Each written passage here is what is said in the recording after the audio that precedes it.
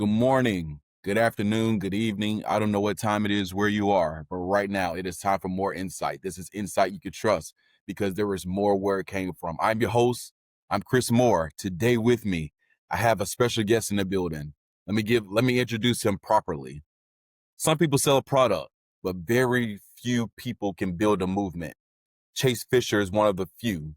He went from slinging shades out of a backpack on the beaches of San Diego to building Blender's Eyewear. But here's the part they don't put in the highlights. He swung and missed big. Clothing lines flopped. Partnerships crumbled. Leases that almost bankrupted him. Yet every L became another lesson. Every stumble turned into a fuel for another story. He's no longer chained as the CEO to spreadsheets, but now he's the evangelist of his own brand, the storyteller who shows up, who shows how belief, grit, and narrative can turn a hustle into an empire. Chase Fisher is proof that your mistakes don't have to bury you. They can brand you. And today on More Insight, he's going to help us shed some light on that. We get to unpack a couple of the chapters in his life. Meet the man behind the shades, Chase Fisher. How you doing, man? My man, thanks for having me on the show, Chris. I'm excited to be here. Doing Absolutely. good. Absolutely. Glad to have you. Glad to have you. I want to start out with this question. This phase, this chapter, this current stage in life where you are right now, if you were to name it a movie, this could be any movie. What's the name of this movie? Man, refoundering myself Ooh, I like that. Why do you say that? because I'm in that process of redefining my role, refoundering my position. I've unseated myself from CEO officially to now the brand evangelist. So yeah, I'm going through this identity shift right now, and I'm excited, man. I'm really, really excited for it. I love it. When you first started Blenders, what was the dream? Was it just to make rent, or did you see like this was going to be an empire? You know, when you first start, the vision is a shiny object in the distance, right? It feels so far away. You can't really see it, but you get like little shimmers of it.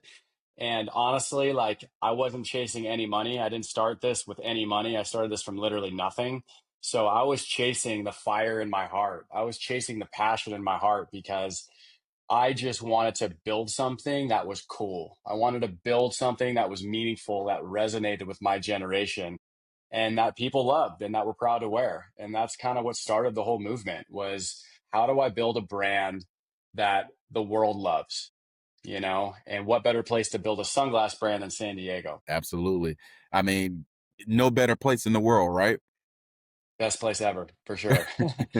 Let me ask you this. Talk me through the first big yes that you got, that made you believe that, yeah, I got something here. This can actually work. You know, there's many of those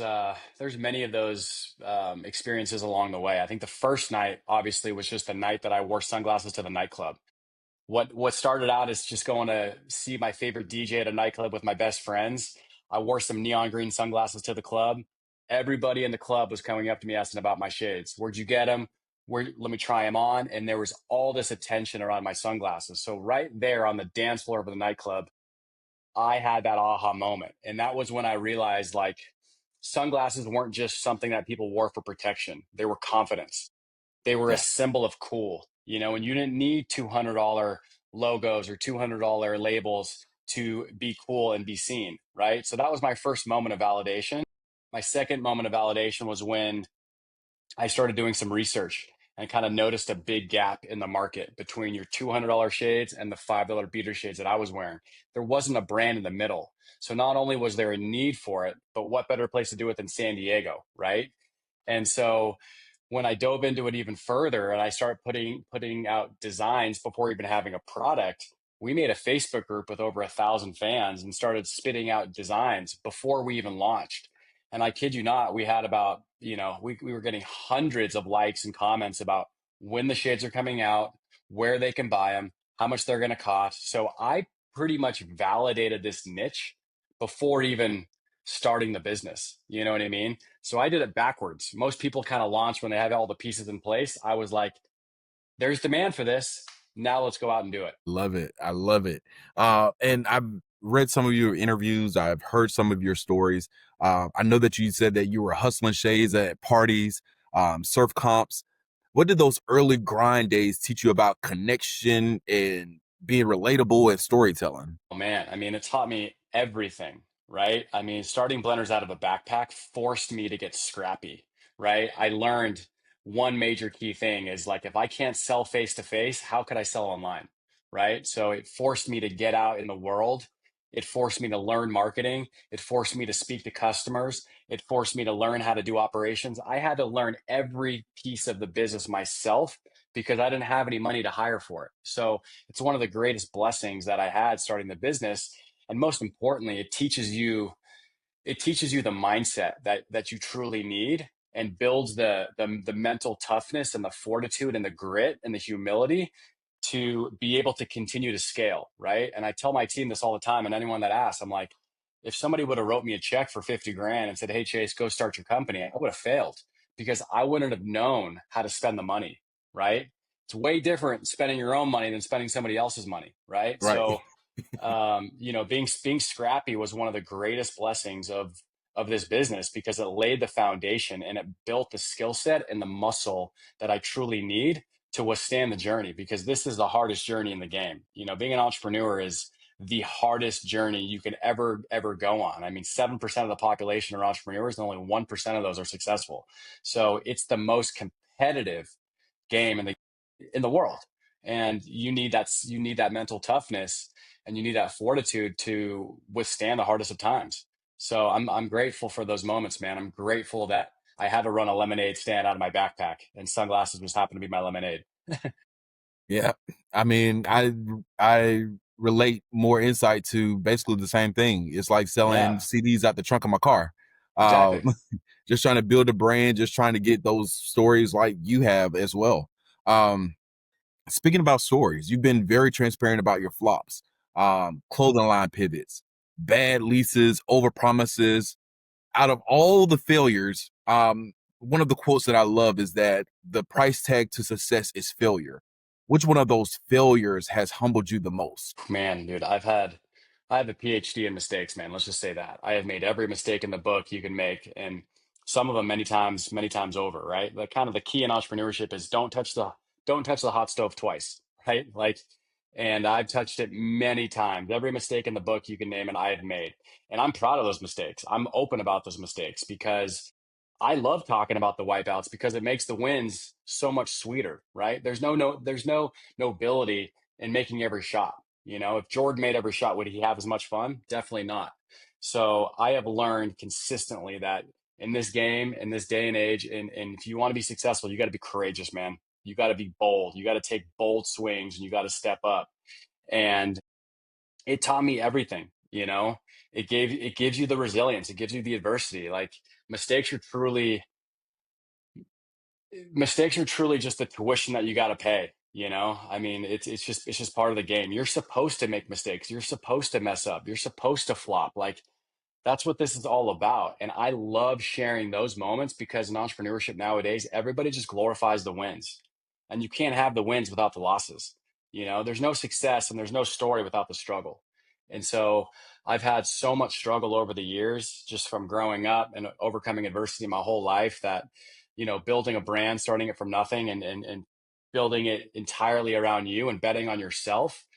Yeah, it's a lot of weight. It's a lot of weight. But entrepreneurship, you're supposed to make mistakes, and I'm open about all the mistakes I made. I'm proud of it. It's just Yeah, some of them last a little bit absolutely. longer than others. Yeah, absolutely. You hope some don't cost you as much, and you also hope some don't beat you up so bad. Exactly, Um, man. there, there's as men, there's a part of us that always has that ego. What's Yes. the difference between a flop that hurts your ego and a flop that almost takes you out? That's a good question, man. I mean, ego is the biggest enemy of this game, right? A lot of founders, a lot of entrepreneurs have very big egos. And I think from how I started from just such humble beginnings, I have such a grace for humility, and I'm Yes. just a student of the game all the time. I'm always learning. I'm always curious. I'm always, I look at experience as life's best teacher. And so I'm always willing to step up and take swings and try new things and hope that I can unlock that next level. And so, yeah, I think confidence, there's a sense of being confident without being egotistical. And that's where you want to be. and being egotistical will get you in a lot of trouble because that's where arrogance can come in to bite you in the ass. So I look at every opportunity. I look at every swing as an opportunity. What's something I can learn from this? You know, and how do you do that and marry that with bold action consistently day in and day out? Because the brands that step up, the people that step up and take swings and bet on themselves and take risks are generally the ones that are going to go on and change the world. It's the people that don't do that are the ones that actually get stuck. And so I'm a gambler. I like taking big shots, man. Um, but I look at every shot as an opportunity to learn something new and what's something that we can take away from that experience, and apply it to the next experience. So it's all about calculated risks, right? You don't want to be sleepwalking through this journey, but I think there's beauty in being an uninformed optimist, right? Of just That's believing of good. everything that can go right. So many people think of everything that can go wrong. I'm a guy that thinks about everything that can go right. And so my mindset of just blue ocean abundance allows me to think bigger, dream bigger, and do bigger, knowing that there's not many mistakes that I can make that are going to bury this business. And I tell that team too. So everybody here has an obligation to step up, act boldly, and take swings every single day in hopes that collectively we can keep moving the ball down the field as a business and keep Yes. growing, because that's the only way you learn.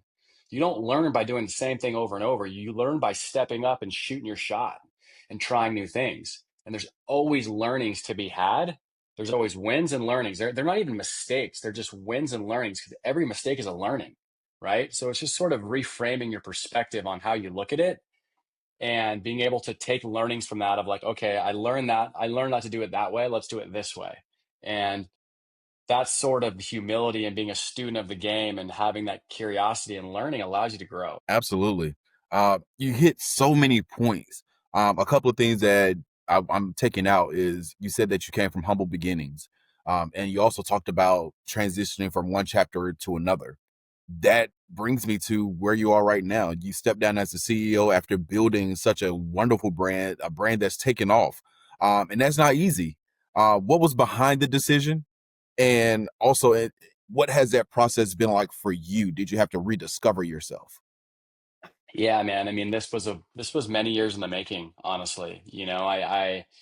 I had to be really honest with myself. I had to have really, important humility and look myself in the mirror. And I started having some really hard years, man. And, there's a point in every founder's career where founder mode starts to break and there starts to be a crack in the foundation, right? And we live in a world now where like the world glorifies the founder and CEO. And every new entrepreneur thinks they have to be the founder and CEO because Jeff Bezos did it, or Mark Zuckerberg did it, or Elon Musk did it. Like those guys are the exception, right? But the reality is founder and CEO are two entirely different roles. Yes. Most founders are not great CEOs, and most CEOs are never founders.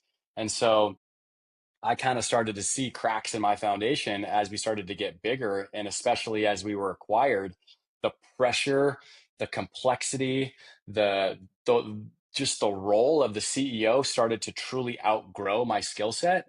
And, for years, I wore every hat. I was the doer, I was the believer, I was the visionary, I was the manager, I was the brand guy. I did it all, right? And what I really learned is like what I love to do. I love the product. I love the relationships. I love the storytelling. I love the brand side of things, but I don't like the organizational, the managerial, the Right. data, the operational headaches, Yeah. And so we kind of hit some really tough points, man. And I started to spiral. I started to mentally hit a extreme low. I mean, self doubt creeped in. My confidence was shot. My belief was shot. I was extremely overwhelmed. I wasn't having fun. I was just miserable, dude. I was very frustrated. I had a ton of mental anguish, and I just hit a complete breakdown. And no joke, I was 1 degree away from full blown depression. The role just killed me. And so I had to be really real with the team. And I just kind of had a state of the union last year. I was like, guys, I'm dying on the inside. And it was so strange, Chris, because I would walk outside and I would be praised everywhere I was going.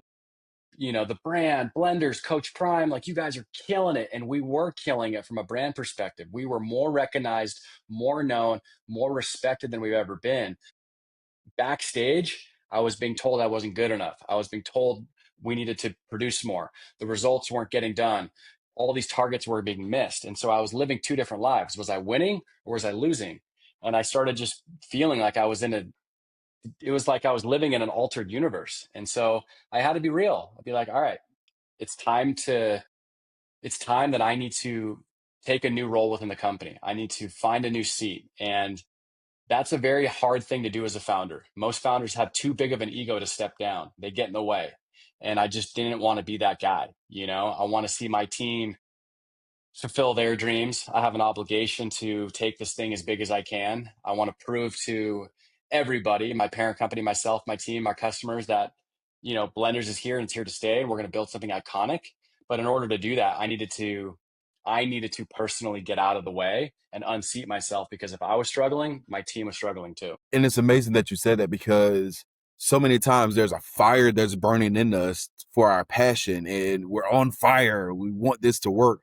But then on the other side is like, now I'm burnt out because I'm doing so much. And like you said, you're kind of overextending yourself. And self-awareness for you was saying, hey, I've done enough. I've reached my capacity. Let me hand the ball off. Because one thing that will never be taken away from you is that you're the founder. That will never change. The CEO can change, the COO can change, the whole entire board can change. But you as a founder will never change it. That can never be taken away from you. True. Yeah, that's a great point. Yeah. Typically, we hear about brand ambassadors. Why did you go with the name Brand Evangelist? Any way to be different, right? Like, I'm a guy that, like, I heard this quote one time and it really resonated with me. It's like, different is better than better, right? Everybody always strives to be better, but better has an expiration date, because there's always going to be somebody better, right? But as a brand in 2025, and just the way that I've lived my life, my entire life, I always needed to find ways to be different and stand out, because I wasn't the kid that was standing out in the classroom. I was the kid that was getting bad grades, that was in special education, that was being looked over, that wasn't supposed to go out and do great things. So my whole life, Chris, I had to find ways to be different. I had to find ways to be seen. I had to find ways to stand out. And I did that through language. I did that through music. I did that through style. I did that through color.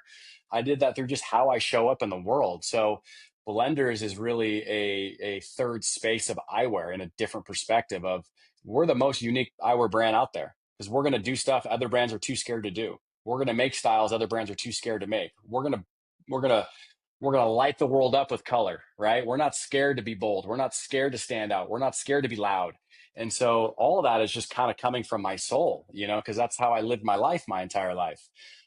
So words matter. I look at words and language, and that's just a way to be different. So, brand evangelist, man, here I am. I'm just evangelizing like crazy right now. And speaking of evangelizing, Let's go, you dude. have Me a too. connection.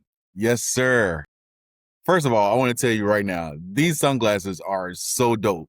I was They're in dope. St. Lucia on vacation and everybody was looking at my shades, and I had to tell them, this is Blenders. Go copy a pair. Love that, dude. Love that. We got to get you on our team, dude. Absolutely, absolutely. And we could definitely talk about that. But anyway, Coach Prime is a master storyteller. He's an evangelist in his own right. He talks about his faith, football, and he even has a little flash with it. How would you describe how this partnership came about? Man, this was serendipity. This was a unique one in a million of Mhm. timing, right? I mean, this was the universe. This was the universe bringing brand and culture at a perfect head-on collision. And so I would frame this as the greatest right place, right time moment in social media branding history. No Yes, joke. yes. There will be books written about this collaboration. There will be I studies mean, about this collaboration, but you can't script this. You no, can't pay for this. This is just a very unique black swan event where yes, culture and brand collide beautifully. And then what transpires from that? The big bang. The big the bang, big bang, man, the big payoff. and it was lightning in a bottle, truly. Yes, and I remember, and for everyone that's watching, and for everyone that will see this, We're talking about the first season of Coach Prime being the head coach of Colorado football. Um, there was a coach at Colorado State who said, "I don't respect a man who wears glasses when he talks to people." That same week, Coach Prime is announcing that he's with Blenders. So at that point, social media takes off. I mean, you see it everywhere. ESPN is covering it, CNN, ABC. Everyone is covering the fact that Coach Prime has a deal with Blenders. And at that point, Blenders has already sent out gifts to the team. They're sending out endorsement deals. I mean, exactly what Chase said. You could not, Hollywood writers could not even write this script. It was just absolutely amazing. So, as the brand evangelist for Blenders, I want to say, first of all, congratulations. That, I mean, I don't even have words for what happened, but like you said, it will be studied. It, you can't write a script even any better. Yeah, man. I mean, it was our Nike X Jordan moment, Yes. truly. And I had a lot riding on this, man. Like I said, I was hitting at a really low point and I needed a big, big, big win personally. And it wasn't just a big win personally, but um it was a transformational partnership for the company. Like this will be a defining moment in the future when we look back and be like, that moment changed the trajectory of where we're going as a company. And the unique thing about this whole thing was just how it all came to fruition, and just text messages I was getting from my dad in 2022. Hey Chase, you got to check out what Coach Prime is doing. This was when he was at Jackson State. Check out what Coach Prime is doing. He's changing college football and he's becoming a great leader. And he just kept sending me article after article after article, and I'm like, Dad, it was getting annoying. It was getting annoying. And he's just like, Chase, if you don't do this, somebody else will. So I reached out in hopes to plant the seed for next season. It just so turns out Coach Prime was in market for a sunglass deal. Anders was on his radar, but he wanted it done in 2023. He didn't want it done in 2024. And I was like, all right, like, let's go. And so we hit it off with his team.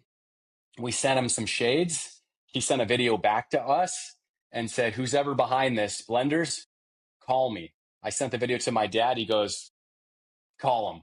So we called him, we made it happen, and it was truly unbelievable. And what's interesting about the actual launch of this collaboration was we were supposed to launch the week after the Colorado State coach.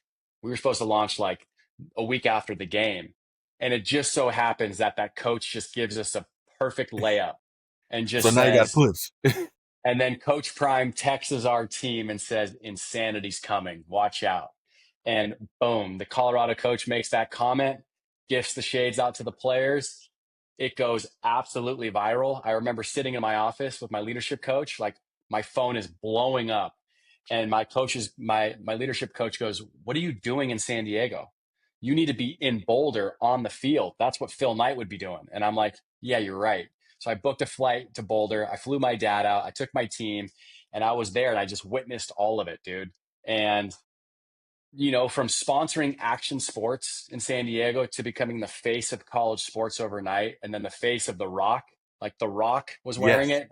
I mean, you've, you work your whole career for this moment, and, I'm a big surfer and this was truly my 100-foot wave. Yeah. This is one of those partnerships where I would never be able to, I don't think I would ever be able to get over it if another brand was, stepped in our shoes and took our spot. So I'm just grateful that I took the swing. And again, that goes back to being courageous and taking bold swings, man. Um, as long as I'm at the helm, I'm going to keep doing that. There you go, man. And I think, again, going back to brand evangelist, it feels like this is your calling. Your calling is to be the evangelist for blenders. And it's amazing that you're doing that. Uh, Let me ask you this. How can I phrase this? Coach Prime has a way of making people believe. He always tells people, I believe, just believe. How does that align with your own journey as brand evangelist, as former CEO, as Chase Fisher? Yeah, I love that, man. there's so many things that coach, there's so many underlying beliefs, like common grounds and common threads between him and us and how he carries himself and, his value system. Right. And so, yeah, I mean, look, my whole life I've had a chip on my shoulder. Like I said, I had to overcome adversity as a kid. I got held back in school. I was in special education. I had a really bad stutter. I was dyslexic. I was put in like special education classes, man. I mean, think about growing up. Like my confidence was completely shot. So I needed to believe and build my confidence outside the classroom and prove to myself that I could go out and do great things. So all that adversity, all those people that said you ain't going to do it, like that's dark energy and you got to carry that with you. And betting on yourself and believing in yourself is what this journey is truly all about. And, entrepreneurship is entrepreneurship has a very unique way of shining a big fat polarizing lens on your entire life, right? Yes. It's a direct mirror of who you really are as a person. It's going to teach you more about yourself than anything else in your life. And I think sports does the same thing too. It's meritocracy. It's like Yes. it's nature versus nurture. The best are going to play, the best are going to make the team, and that's the same thing in entrepreneurship. The best win. It's eat or get eaten. And you need to be a dog. You need to be Yes. competitive. You need to be fearless and you need to go after what you want. And so you got to believe in yourself to be able to do that. And so there's a lot of belief that needs to be instilled in you, but sometimes you don't even know it's possible until you actually go out and do it yourself, you know? And so it's almost like the work comes before the belief, because in order to truly believe in yourself, you have to sort of start to build your confidence, and that confidence comes from doing the work. So, yeah, there's so many things that Coach Prime and I share just from like a value system and just how we look at life and how we operate. I think that's why we're both successful. Absolutely. Um, and speaking about successful, the post that even got me to follow you, to reach out to you, was the post that said that you were fired into the position that you're in today. Can you give me a little bit more about that story, just for context purposes, and tell me a lesson that you've learned from that? Yeah, man. I mean, look, I think, I think when you're young, it's really important to take risks. I think when you're young, it's really important to try as many different things as possible so you really understand what you like, what you don't like. In order to really understand what you like to do, you got to understand what you hate to do. And I had some experiences that I had out of college that were traumatizing for me, that were really profound, that I didn't like, um, I was being a little bit naive and, young and kind of reckless, right? And just not really thinking about like the bigger future here. But I was so passionate about what I was doing, and I was such a believer in what I was doing that it cost me my entire job. Like I was working for Monster Energy at the time. I was on a tour bus, and I had no brand. It was just an idea at that point. And there was another sunglass company that was sponsoring this tour. And so I understood that they spent a lot of money on the tour. I was still doing my job, but what I was really doing is I was building a ton of connections for the future of blenders, right? And yeah, that was naive. That I shouldn't have done that. That was just me being young and dumb. But I was such a believer in what I was doing that it got me in trouble. It got me in trouble. But getting in trouble was the fire that I needed to really kick myself into gear. Sometimes you got to be fired to light the fire inside you to go after what you want. And that's what part of this journey really represents too. And those moments, every entrepreneur needs those moments. You need Yes. that. You need those gut punches. You need that reality check. You need to be sort of held accountable, and I was held accountable. And then I was like, okay, it's time to bet on myself. And that's when I started to really believe in myself and really go all in on just, this is going to work no matter what. And that was a zero options mentality that I had. And I just was passionate, driven, disciplined to make it happen. Man, Chase, you are dropping some gems on me today, and I greatly appreciate it. Dude, I want of to course, brother. transition it to a segment. I call this 3 on 3. These are 3 questions. You give me your 3 answers. I listen and I don't judge. Um, I had an initial 3, but I saw your hat. I got to change one of the questions. So your favorite, give me your top 3 favorite tequilas. Ooh. Oh man. I mean, Costa Azul, probably number one. Um, let's see. Gosh, I just started drinking a new mezcal. I forget what it's called. It's in this green bottle. Really good. Casamigos, it was the thing in the past. I'm not really a big fan of it anymore. I just Taste drank that buds over the. change after a while. Yeah. They do. Um, Costa Azul though, I think is number one for sure. Okay. And Have you had Hornitos? I've had Hornitos. Espolon's okay. Uh, Um, I'm a Gran Cormino fan. That's Kevin Hart's uh, tequila. yeah, okay. I haven't tried that. Definitely. They have it's a Cristalino, a Reposado, and an Anejo. Um, Got it. Okay. yeah, those are really good. And if I can push a local brand out there, I'm in Memphis. I would say Shadow Tequila is another good one. And El Mayor, very good brand, very good brand. Okay. All Okay. right. Um, let's see here. Another top three. Give me three of your favorite sporting events that you've been to. Man, I've been to Monaco F1, which was really cool, man, because we had a partnership with Red Bull. So that was, I mean, that was incredible. Super cool. I went to my first UT Georgia game last year. That was my Oh, first sweet. SEC game, Hmm. and that was like one of the biggest games of the year. That was absolutely unbelievable. On the field there with Texas, it was incredible, the energy and Did you best see ex Matthew one. McConaughey? Oh yeah. All, I Yeah, mean, all Kevin Durant was there, Glenn Powell was there, McConaughey was there, Abbott was yeah, there, Jamal Charles. I mean, the whole UT bloodline was there, you know. for sure. And then I went to the Olympics as a kid. That was pretty cool. But honestly, man, I think Coach Prime, the first game of Boulder that I went to, that Colorado State game, that was so special, man. It was because I was there with my dad, and my dad was like kind of the guy that put him on my, he was the guy that sort of put Coach Prime on my radar, and to share that moment with him, he'll say that's one of the greatest moments of his life. And he got to meet Coach Prime, and we got to go in his office and stuff. So that was super special. I would say those three for sure. Real quick, I know, and going back to that story real quick, what was it about your father seeing Coach Prime? I know he said that college football is changing, but what made him so adamant that you need to push this? Because that's just He, dope. Like, I don't know. I mean, I haven't my heard it. my dad has always had a good eye. He calls himself the crystal ball. He can see things before they happen. And honestly, it was the leadership that he was doing at Jackson State, and it was the amount of sunglass flash that he was wearing. And he was literally in sunglasses in every single article. I mean, that's just part of his uniform, his eyewear. He Okay. loves loud sunglasses. And so I think it was that caught his attention. And my dad is just a big Deion Sanders fan. You know, I mean, who isn't, right? I mean, he grew up watching Deion and multi-generational talent. So my dad's a big sports guy. Yeah, and he always knew that I was like really interested in getting into college and professional sports. We didn't really have an angle or permission to do that until Coach Prime. And then when Coach Prime came into the picture, we just capitalized on the moment. And now we're getting involved in all different schools now in sports. So yeah, it was a combination of those things. Okay.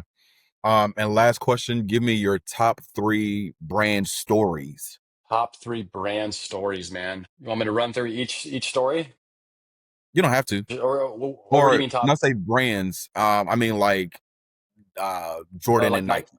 like my top three brand, like my favorite brands. Yeah. Whew, gosh. I mean, look, I'm in the same game as these guys, but I think I got massive respect for my competition. I look to Oakley a lot. What Oakley's done in eyewear, I think, is very inspiring for me. I want to be the millennial. I want to be the new school millennial Oakley. So we draw a lot of inspiration from Oakley. You gotta respect, gotta give credit where credit's due. Red Bull, by hands down, one of my favorite brands of all time. I think it's one of the most extraordinary brands ever created. And let's see. I mean, I'm an Elon fan. I'm not a huge Tesla fan, but I appreciate what Elon's done in the car For industry sure. with Tesla. You know what I mean? For sure. Anyone that has disrupted the game, changed the game, and has truly shifted culture, I got nothing but respect for. Um, and those are the brands that change the world. That's the innovation that changes the game. So, um, yeah, and I mean, I have a lot of founder friends that are doing great work too that I got respect for, that are kind of in our same space. But those three from like, you know. a generational brand perspective are doing great work. And then we'll end it out on this. Um, from this day forward, I call this give me more. This day forward, what do you want more of for Chase Fisher? Not Man, for blenders, not for anybody else. This is for Chase. I want more fun. I There you want I go. want I want to take fun seriously, Chris. Right now I'm having fun again. I'm refoundering myself. I'm reinstilling that fire. I'm smiling genuinely. I'm able to just like fully live the brand, be the brand, build the brand, and have more fun doing it. Um, so yeah, as silly as that sounds, it's the truth. No, I get it. I didn't know you before this interview, but just going off the vibes here, I can feel that there's such a relief. There's a pressure that's off you, and you can live your life totally like you want. And like you said, take fun seriously. So I definitely wish you more fun. I wish you more happiness and more peace. And I want to thank you for joining me on More Insight. Can you tell the people where they can find you, keep up with you, and look up blenders? Totally, man. Yeah. So check us out. You can check me out on Instagram at Chase Fisher, at Blenders on Instagram as well. If you're in San Diego, come on by our shop in PB. Our address is 4683 Cass Street. We're right on the corner. Our doors are always open. We got shades, we got burritos. Come on by. I'll take you for a drive on the golf cart, and show you the ropes. But yeah, check us out online as well. BlendersHour.com. Since you have a golf cart, do you play golf? I'm just starting to play golf, Chris. I'm a late bloomer, but it's a sport you can pick up when you're 30. So, um, Absolutely. yeah, I can attest to it. So I wish you the best. It's thanks, my very man. addicting. It's very addicting. Thanks, Um, brother. no problem. So Chase, thank you for joining me on More Insight. This is Insight you can trust because there is more where it came from. Everyone that is watching, make sure you subscribe, make sure you like, make sure you comment, make sure you tap in with blenders. You already see how they changed culture. You already see how Coach Prime has been rocking them. But even more than that, there's a great story behind blenders. There's a great story behind Chase Fisher. And I hope that you have learned something. I hope that you've been inspired. But most of all, I hope that you've been given more insight into what life can be. And I hope that you take fun seriously. And that's how we're going to leave it. And we'll see you next time on More Insight.